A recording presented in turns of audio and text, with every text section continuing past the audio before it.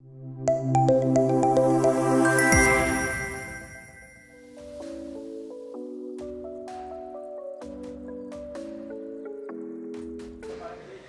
Vivek Iyer, Mr. Vivek Iyer, Dr. Sayalee Gankar, Dr. Sayalee Gankar, I request you to please come and join us on dais. Professor Dr. Rajendra Sinha, Professor Dr. Devendra Puratambekar, Dr. C.M. Sedani are our panel speakers. The topic for this discussion is Global Education and Culture Exchange through Mobilizing Technology. Our panel speakers for this discussions are Mr. Vivek Iyer, Regional Vice President, India Anthology, who is our session moderator. Dr. Sayalee Gankar, Vice Chancellor, D.Y. Patil University, Ambi. Professor Dr. Rajendra Sinha, Vice Chancellor, Sandip University. We also have Dr. Devendra Puratambekar, E-Learning and Skill Development, Bharati Vidyapit, Deemed University, and Dr. C.M. Sedani, Professor Dean, ICEM, Pune. Alright, so Mr. Vivek Iyer, Regional Vice President, India Anthology, is our session moderator. So over to you. Thanks everybody. I will spare everybody the cliched joke of returning from lunch and keeping me awake, but I'm sure we will do a good job of making this exciting enough. We've got a small yet elite panel here. It's a cozy environment, and the topic itself is hopefully exciting enough for everybody to stay awake. What we're going to talk about is how globalization and cultural exchange can be mobilized through the use of technology. Now, when we think about globalization, admittedly the first connotation of globalization that we get is economic globalization, which itself has had a very long history, right from the previous century with the two wars, then the formation of a lot of global bodies like the World Bank, IMF, WTO, etc. Then two landmark events, which is the fall of the Soviet Empire in the 90s, as well as the opening up of our economy, which was the liberalization policies of the Narasimha Rao government. So all that led to gave an impetus to globalization. But what has organically also happened is a use of technology to shatter the boundaries of time and space. That has greatly helped in pushing globalization forward. In fact, today morning I heard a fantastic line called geography has become history, right? So technology has actually made the distances actually irrelevant. So technology has provided one organic fillip to this entire thing. The second thing which has happened, at least from an Indian context, is how the world became a knowledge economy. And once the world became a knowledge economy, our entire, we rose to the occasion with IT services, etc. We became a force to be reckoned with. So globalization has been happening, technology has been helping, and the world has become a knowledge economy. And if you see these three axes, that essentially becomes the topic of our discussion. Globalization, using technology in higher education. Because what is education? Dissemination of knowledge. How we become a knowledge society. So with that in mind, we do have a lot of aspects to this discussion, which is, why is it important? What role does technology have? What kind of technologies? What are the challenges? What are the regulatory issues? And believe you me, we will cover all those topics. And we have an elite panel here to shed light on this topic. The way we will try to approach this now a truncated session is we'll allow the speakers to give their initial thoughts on education, on usage of technology and globalization and cultural exchange. For about 2-3 minutes, just give your opening thoughts, and then we'll get into a round of question answers, and if time permits, we'll open it up to the audience as well. So Sinha, you can give some initial thoughts. Hello. Actually, technology, especially internet, social media, it has enabled to this exchange here and ideas, value on global space. Normally, what happened? The need of the hour is innovative teaching and learning. It is very much important. So, innovative strategy of teaching and learning. So, there are so many techniques we are exchanging now, and in our university also, what we are doing some MOU with the other countries, and we are exchanging our views, our ideas, exchanging our academic techniques and ideas with the students and the faculties. But my suggestion is what I feel that personalized learning, and this project-based learning and this inquiry learning is very much important. If you see that personalized learning, you can know that what, when, and how we are teaching our students, and which is very much essential, because you have to know your students. It is not only that what the way you want to teach them, but you should know each and every student personally, and you should analyze, and accordingly you have to tackle them.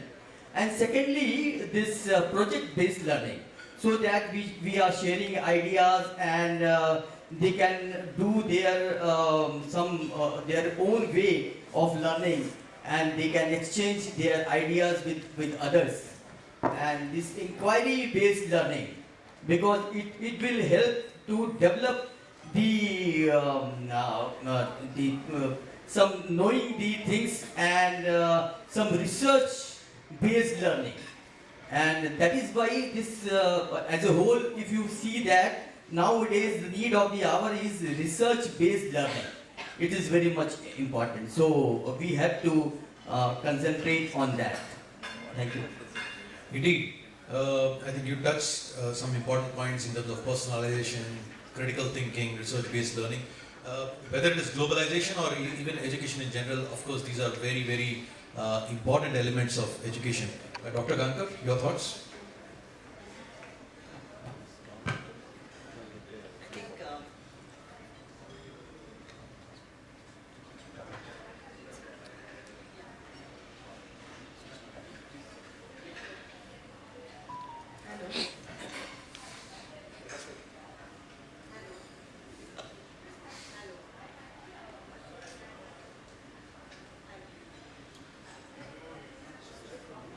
hello. So good afternoon to all of you, all the teaching fraternity across Pune city and Maharashtra, because the program is for Maharashtra. So, and coming to Pune is like, I think everyone expects that something will happen over here, because Pune is known for the critical thinking in terms of globalization, what we are talking about. So when we talk about globalization, I think the word which was been coined way back in 1992, where we started talking about PLG, that privatization, liberalization and globalization. We started hunting about, or trying to figure it out, what does it mean and how we can. And I still remember that during that period, RBI tried to push various policies in terms of WTO, few organizations, IFAD, IMF. Those were very common to know to all people. So if you look at the complete transition and the transition of the economy, of Indian economy and Indian, of course, when it grows, it is supported by the education. So when this journey started, I think the role became more critical and more focused in terms of changing our approaches when we look into our campuses. So when we talk about globalization, I think we have lots of expectations where we're talking about cultural diversity, we're talking about broader perspective which are required, we're talking about technology, we're talking about exchange, especially in terms of cultural exchange. And then what will be, if we are trying to create the world where the worker or employee will be from any corner of the world. In that case, the role of education is changing in a very different way. So when I look at it and use of technology, I still remember when I started teaching strategic human resource management, because being a student of management, I still remember that how to handle expatriate, home country, third country nation, right? And those were the words for me to understand what it is. But today if you look at it, now we are into ChatGPT, you just click and you will have the complete details about what we all are expecting. But when it comes to the use of technology and globalization and expecting that how campuses and the countries can create the workforce for tomorrow's organization.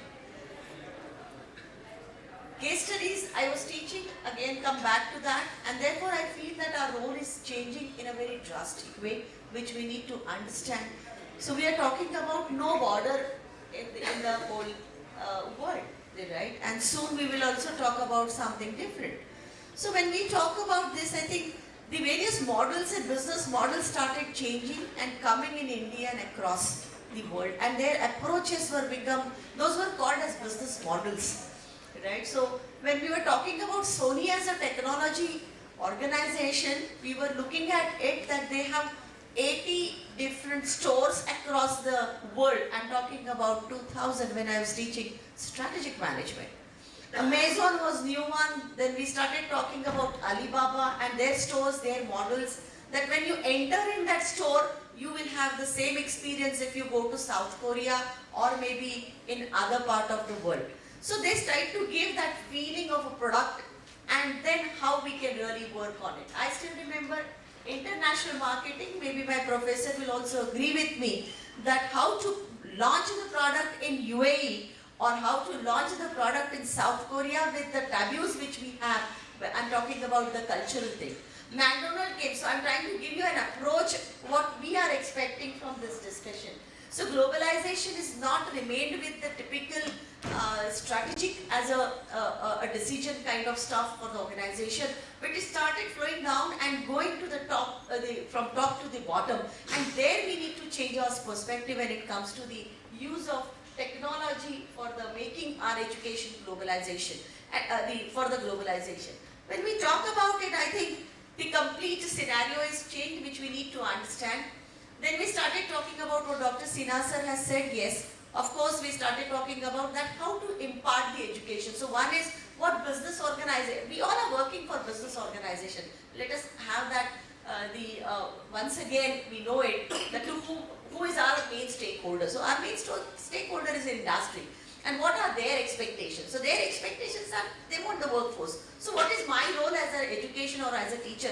I think we need to gear up the whole system of education to deliver that workforce which is required across.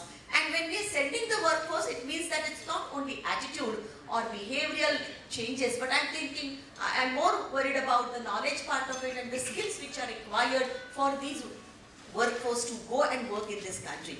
In any country or in this country also. So how can we do that? So how can this cultural shift will come in our place, right? How are we going to deal with that, right? I still remember when we visited the Iceland, and I was so surprised to see that there is a Gandhi as a hotel available there for the Indian people. So if you look at it, across the globe, everything is available and workforce is required across not only to our own country, home country, but third country or maybe the second country nation also. So in that context, what is our role that is required to be understood very well in terms of changing the cultural and the inputs which we are aiming at. So of course, UGC guidelines, AICTE, National Education Policy, all are talking about, I still remember when I was working with MIT WPU, one of the very renowned the academician, Dr. Bhatt sir, he shared his a thought when I was discussing it with him. So he said that we should have the nano degrees,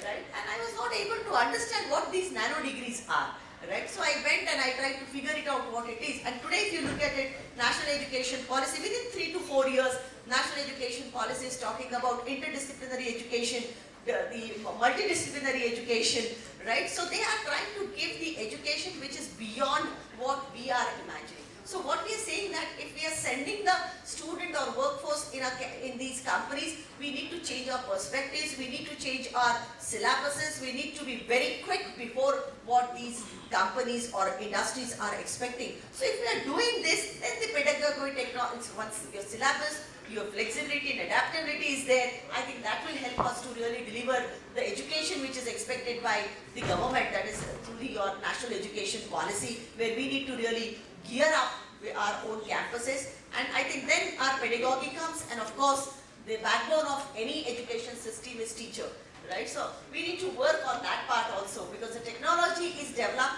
with all those players. You can see that they're giving a best technology, but unless and until our faculties, our non-teaching staff or administration staff, if they don't use it, then there is no point. So how are we going to change the mindset of our own campuses in terms of creating those kind of syllabuses and programs to be offered? I think that's very important. So I think after the initial discussion, I would like to add a few more things which will have more interaction. So let us understand what it is and how we really can contribute with the framework of the government and policies which are been designed. So thank you so very much for allowing me to speak.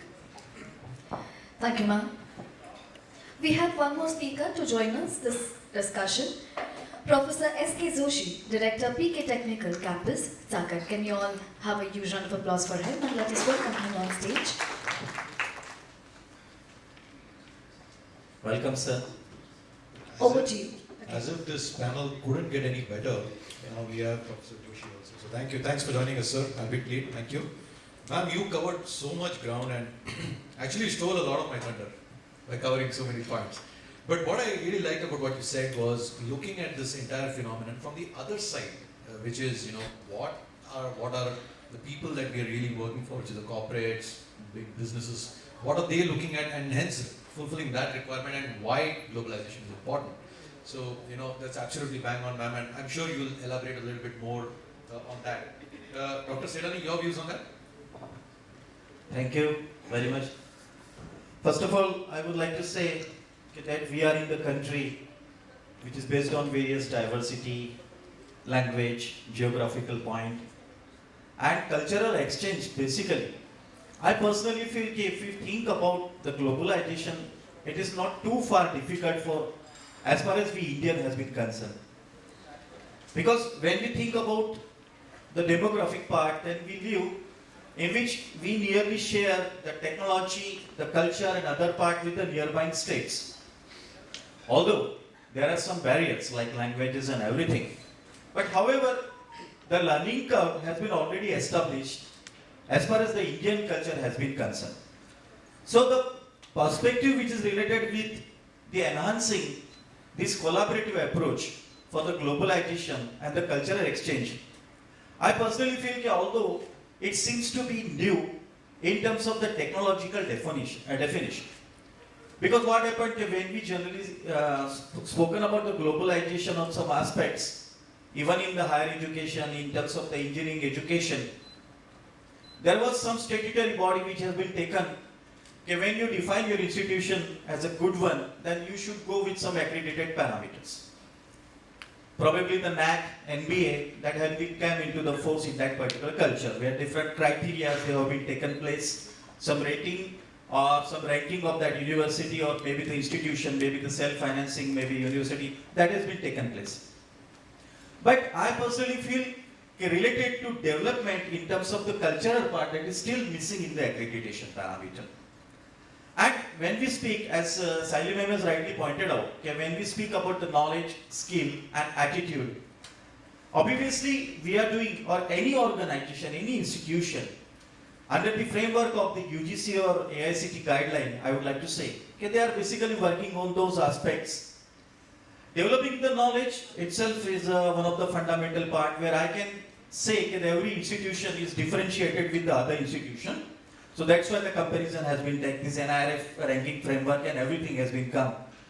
When we think about the skill, obviously this could be one of the major drawback which has been considered in nowadays learning, teaching learning. That's why the skill-based education, vocational-based education, although belonging to the technical or engineering fraternity or that community, still I personally find that the student employability, that correlation factor which has been taken by some source of the university in last year, which had peculiarly mentioned, okay, if you select a student individually in terms of global employability, his success ratio is around, I can say, 37% out of that particular regime or in terms of the global perspective. But if he has exposure in terms of some, I can say, the global part, like maybe someone has gone to other country and even just attended the conference, so his exposure of employability or maybe the probability of employability increased to 49%.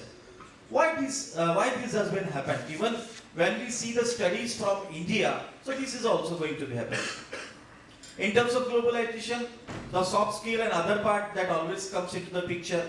So we are not just constraining ourselves to learning only the geographical or I can say the general language which is belonging to Indian states. We are thinking upon going ahead, learning for the Japanese, learning for the Spanish, learning for the Germans, all these things. What the purpose of this thing? Somewhere we need to improve the communication, and the communication is going to be, when it is going to be improved, then it will ease the learning of the technology. So my insight is related to that, by thinking as an India, if we want to go with the global perspective, in respect to the cultural exchange and all these things, we have to imbibe a certain parameters. Few already discussed, already described by the Sinha sir ma'am. But I would like to say that is still not sufficient. We have to think beyond. Like out of thinking, and that particular thing has to be taken into the consideration. So this could be my initial approach toward this part. Thank you. Thank you very much. Sure.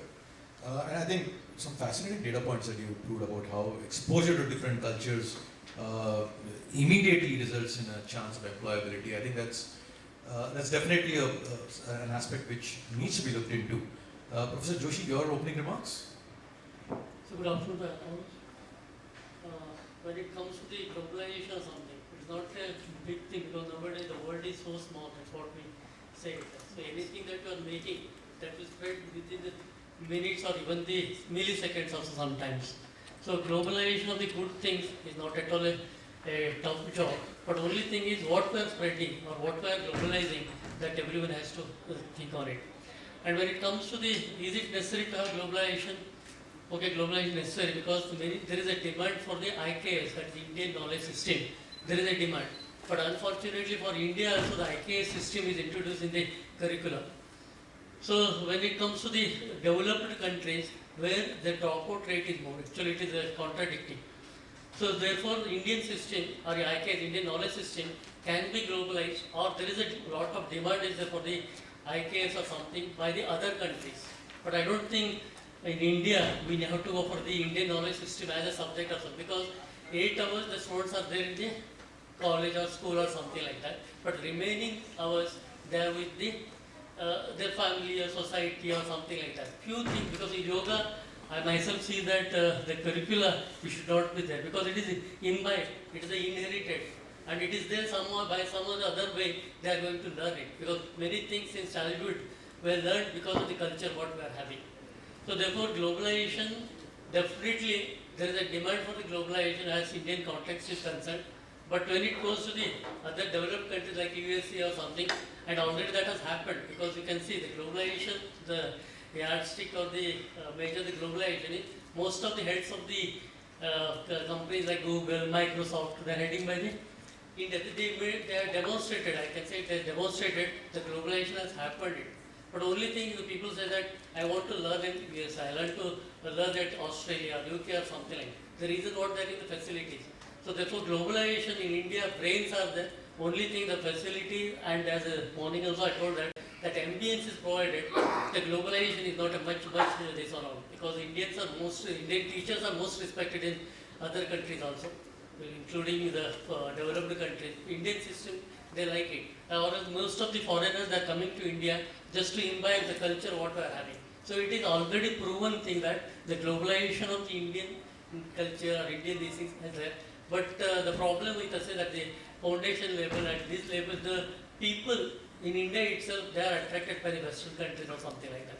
That the reason may be something, I can say it is ironical. There the students drop rate is there, but in India the students are very much in a hurry to join some foreign university or something like that. But thanks to the government, nowadays they have kept foreign universities to come to the India and they will be making it. So therefore, the globalization is happening. What I can say is we need not to put any efforts. It is a thing that is happening. The time has ripened to have these things. This is what I want to submit.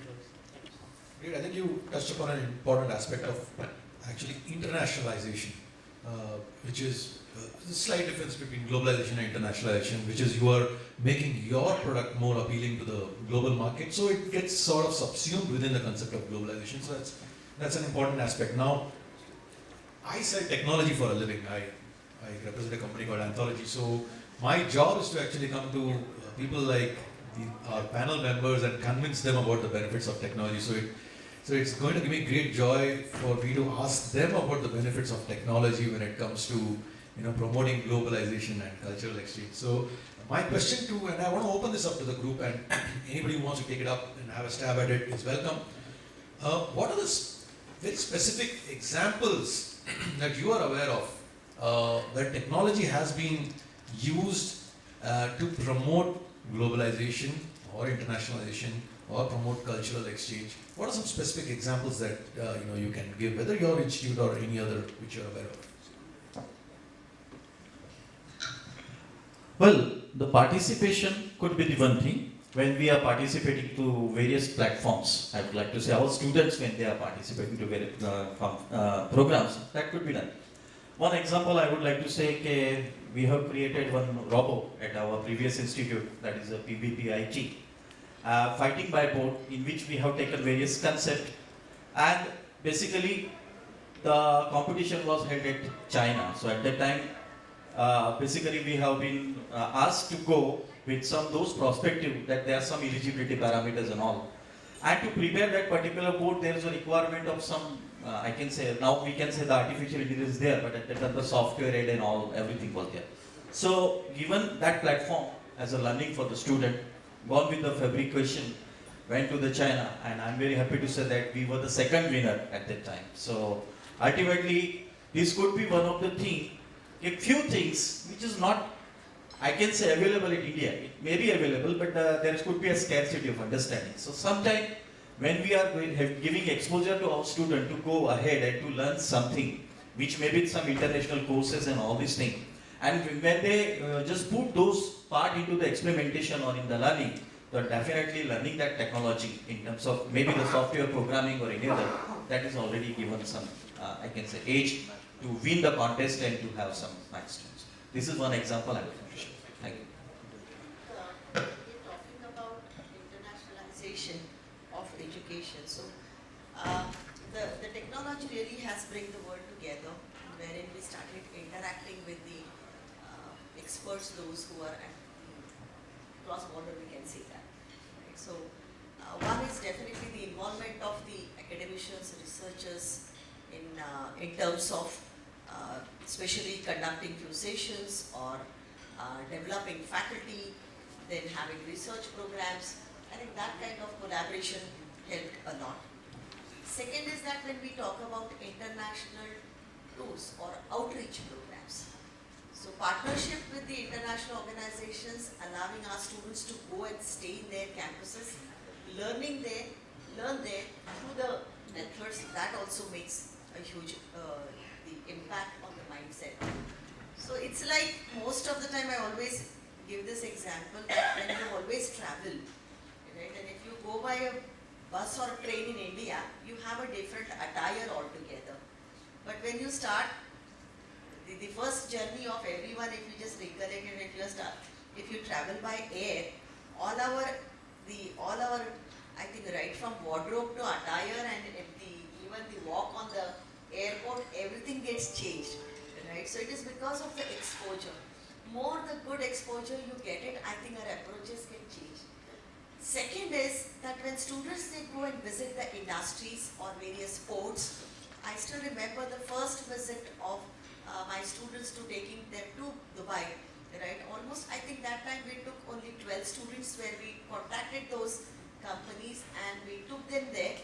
We connected with our alumni also came, and out of 12 students we tried to connect with industry, industries were very happy and we were able to place 4 students in the way that time. I'm talking about 2006, right? Later on, if you look at it, more you start working in this, I think that network really add on our own kitty, our own experiences as a faculty with faculty travels and of course the student. So I think this is one thing which we really can explore. Second is the use of technology. There are, if you look at it, the certification courses which are very popular, right, from Coursera, TEDx or all these platforms are giving a different exposure to the students of international, the market, right. I'm not talking about the attire and all, I'm talking about cultural differences in the context of how to handle the diversity in your organizations when you have number of people and coming in with the different sets of experiences, background, languages, religions. I think that makes a huge impact on the students when they go and work with them. The next one is, I think that's what the certification programs, which is like right from your Coursera, MOOCs, Moodles, right? So when you start looking at those, I'm sure most of our faculty members, they must have taken those certifications which are very free in cost or maybe very important for their own performances. And then you start realizing that the teaching methodology, content delivery and design is totally different. I think that is also a different experience when it comes to the globalization and use of technology. So when you look at all these things and take people there or bring those people, second, which is very important, is that today in India, if you look at it, there are many campuses where international students are coming and participating in many activities. That also opens up our own the eyes, right? When you can understand what are the expectations of that particular market, what kind of technology is there, that can be seen. I still remember a company came to the campus from South Africa where they were having 4 different verticals, where one was into sports, where they were having cricket, right? So they picked up the student for that sports program, those who completed their education to manage that. Second was with the bank, and third one I still remember was for the computer industry, right? So and then the pharmacy, of course, because this particular company came because of a faculty who was also having a pharmacy background, got that campus in our the company in campus, and we placed the student in those company. So, but now here, when the student, they went there, right? Now let us understand the other side also, right? It's very easy to get the job or maybe difficult also. And when you look at the migration of Indian students, I'm sure you must be watching all those reels which are there on Instagram where they've shown Punjab moving to Canada, or Canada, in Canada how Punjab is set, right? Or maybe students going to US on airport or Hyderabad, I have seen that. So huge migration is happening. Why this is happening? I think this is one of the introspective question which we need to, all of us, we need to understand.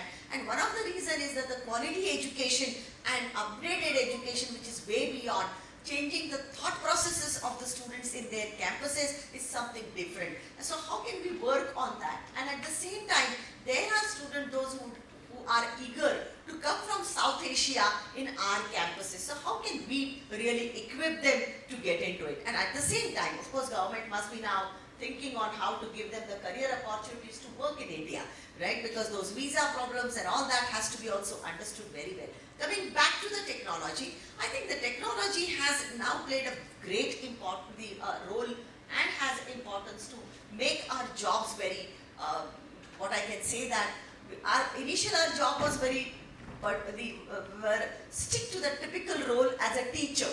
But today it is more as a researcher, more of analyzer, more of going in classrooms and explaining those to the students in their context. Because today students, they click and they get all the information. But how can we make them applicable, right, in the given context? I think that we need to really understand when we talk about the technology. So if you look at it, people are interested, universities from foreign nations are also interested to come in India and have participation and the collaboration or partnership with Indian universities. But we need to gear up in terms of preparing the minds of the students and the faculty member. I will come back, and again coming back to the same statement, So the technology is really good, no doubt about it. I can see all those logos, their products are really excellent, but are we really capable of doing it, and how committed as a teacher we are when it comes to the delivery? I think that's the question we need to understand when we talk about use of technology for changing the education. I think that should be there,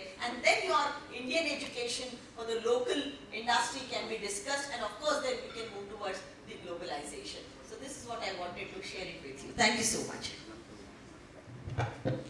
Good words.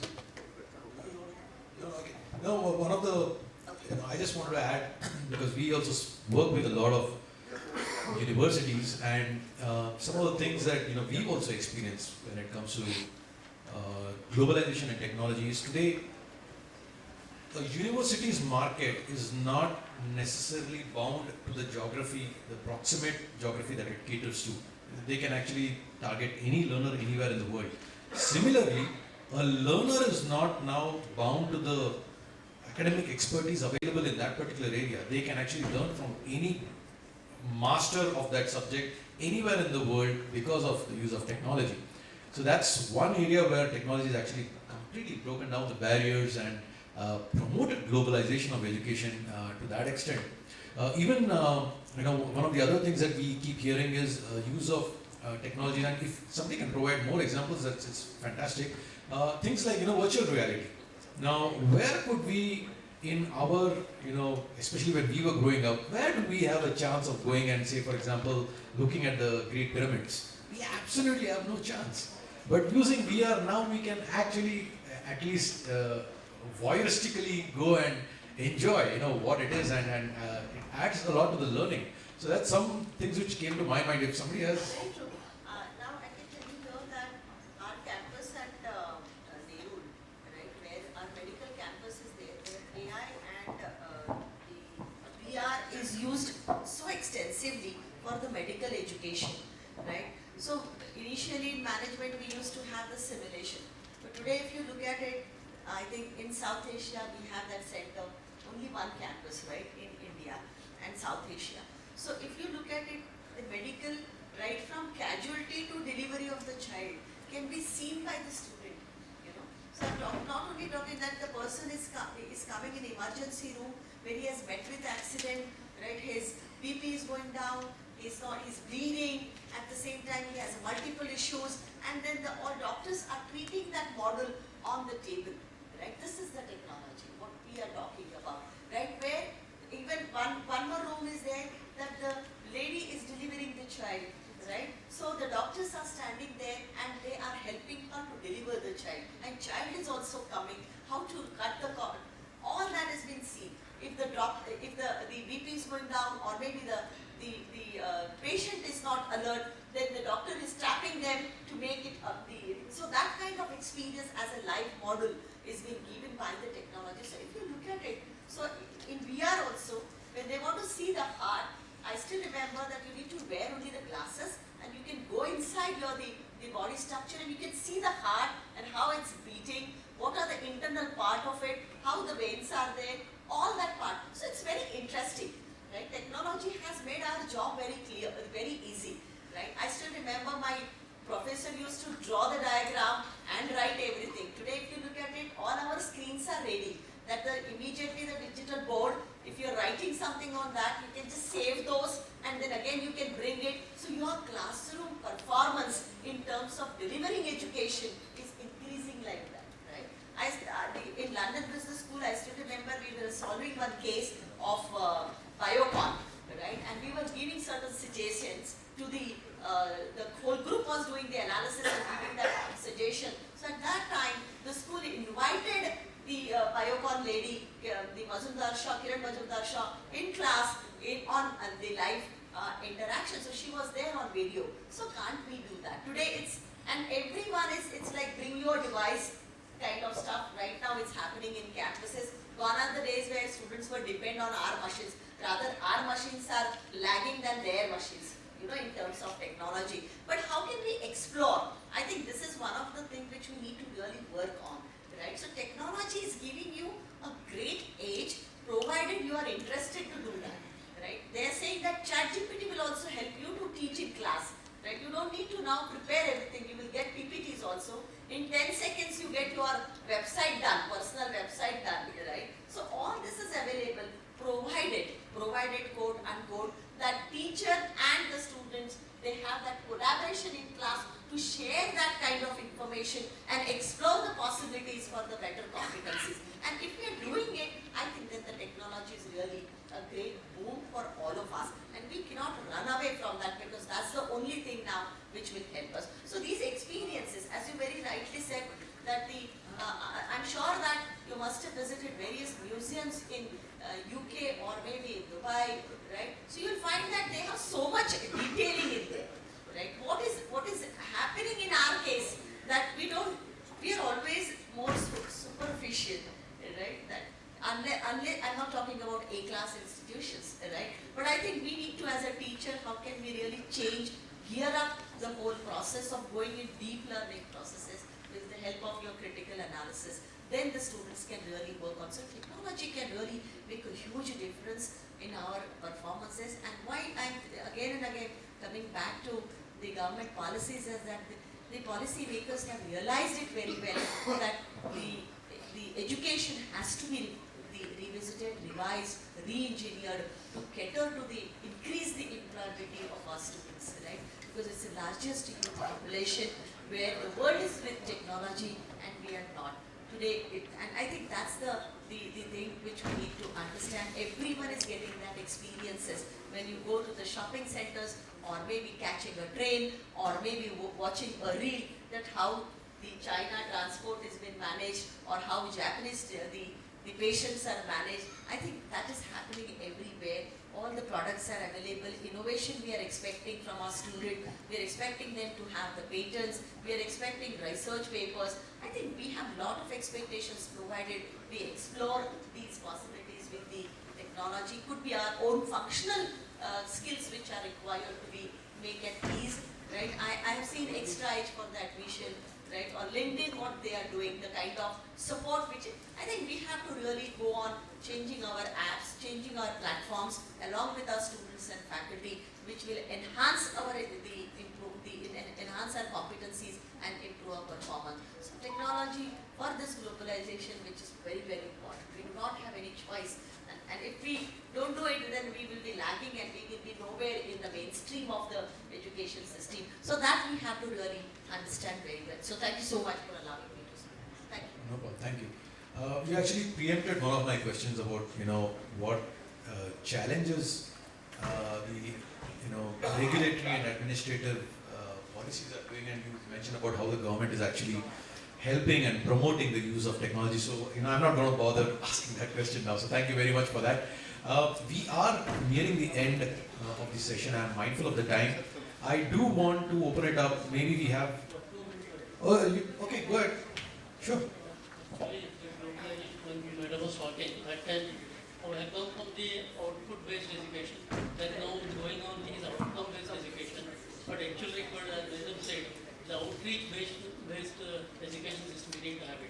What we are doing, we should give some use to the society, that we have to spread it out. And to do this, the only thing what we have to make is the patenting and the commercialization. So patenting, nowadays it has become a very tedious procedure because sometimes we have to, I say, those are like it. Design-oriented system analysis and system-oriented design. Soda and dosa, they are the two these things we are having. Soda means system-oriented design analysis. That's what we are making it. But actually required is what design-oriented system analysis we need to make so that something can happen over here. So the Indians were lagging what were not patenting because we could not patent the turmeric. The best example is of the turmeric. For example, in my college we have got many projects which are worth the patenting and all. We are afraid also. For example, the crying baby. Nobody, both the parents are working. The baby will be there even though they are putting camera, this and all this. But once it is carrying, nobody is there to soothe that baby. For that time in our college we have started, we thought the moment the baby starts crying or moving some erratic motion, it will start on its own, the swinging will start, and some good song like Lori or something, they also will start. Then something which nowadays the progressive society required, because when both the parents are working, there is something like, and dustbins you must have seen, wherever the corporation, I think the PCMC were good, but all the dustbins are always overflowed. In that case, our students have designed in such a way that The moment it comes to certain level, the message goes to the PMC, or my colleague comes in the PMC. So it goes to the PMC, message will go to this dustbin which is placed at certain location, it is filled up, take it out. So they will be coming and they will be taking it. So such many things are there, but only thing, so they are not seeing the light. The only reason is not, we are not putting them for the patents, and we are not using it in the society, because they are only for the academic point of view, what we can call it as. This is for the academic grade point or something like, only that we are using it. Then teacher also will forget, and students wants to forget it forever. So these are the things that's happening. So please, from this one, if you could send to the governing bodies or something, then definitely you can have something. Patent is a must. Because we are making so many musts, we are making it. Why not to make what is actually 71% of the project what we are making, they should be made must. And Madam shared about the virtual reality, augmented reality is also the number. So these are the things which play a great role as far as the globalization of the technology. Sorry, sir. Thanks, sir. In our university also, we are adopting that we are setting our students, faculties, and we have signed so many MOUs with the other countries. For any innovative research, for adopting new technology, new techniques, the critical thinking skills is needed, and problem solving skills are needed. So that is why really certainly when you are exchanging your ideas with the other technical experts, really the students and faculties are benefiting. Dr. Sedani, any closing remarks from your side? If I can ask you to keep it brief. Thank you. As you hello. Yeah, as you rightly mentioned, okay, once we are going to think about the globalization, that means that we have to take some steps, some positive steps. There are some things which has been already visualized in terms of, as Madam has rightly mentioned, Sir has already mentioned, Joshi Sir has already given those. Okay, right now it is taken as an individual approach, I would like to say, not collectively. Those who want to keep themselves in the hunt, in the competition, or to accept the challenges, they are doing. But as I mentioned, we have to think out of the box. It was the first means, like generally we have decided that everybody is going to have a benefit. The medical science is doing in that progress and all these things. Like the technology is also we are doing it that way. But there is a difference in terms of outcome-based education, outreach, and everything. Somewhere I need to say when we think the globalization as an expanded parameter and the cultural exchange related to some design and diversity, obviously we have also to need to take a positive step as a team, as a together, to go ahead and to make the Make in India as a global India or well-known India in terms of the world and that parameter. Maybe in terms of product or in terms of student. Thank you. Absolutely, I think that summed it up quite well. We've run out of questions. We will not be able to take up any audience questions, but you're free to approach any of these speakers outside. But I think largely we've concluded that it is inevitable. Globalization is inevitable, and if we do not globalize education, we are actually going to lag behind. So it's a must. It's imperative for us, and technology is the best way for us to ensure that we stand up. We are at par with the rest of the world. Some of the things that which really stood out for me, with some of the points that the panelists made is, we need to, when we talk about technology, we also need to think about our faculties and our ability to make use and exploit the benefits of that technology. I think that was a great point. And the other point that was made is, we need, it has to be a collaborative effort between all the stakeholders. Otherwise, it's going to be a suboptimal output that we are going to get. So with that, I thank everybody. I thank ArdorComm for putting up this, epic panel for us. And I thank everybody. Thank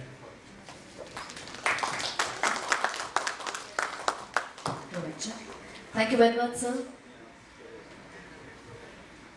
Anand Kumar sir, I request you to please come forward on stage as we are going to felicitate all the delegates. Let us start from Mr. Vivek Iyer sir. Regional Vice President, India Anthology, who is Session Moderator. Can we all have a huge round of applause, please? Thank you very much, sir, for joining us here today. Dr. Sayalee Gankar, Vice Chancellor, T.Y. Patil University, Ambi. Thank you, ma'am, for joining us today.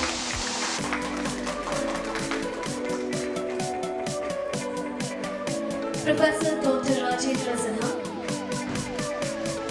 Vice Chancellor, Sandip University. Thank you, sir.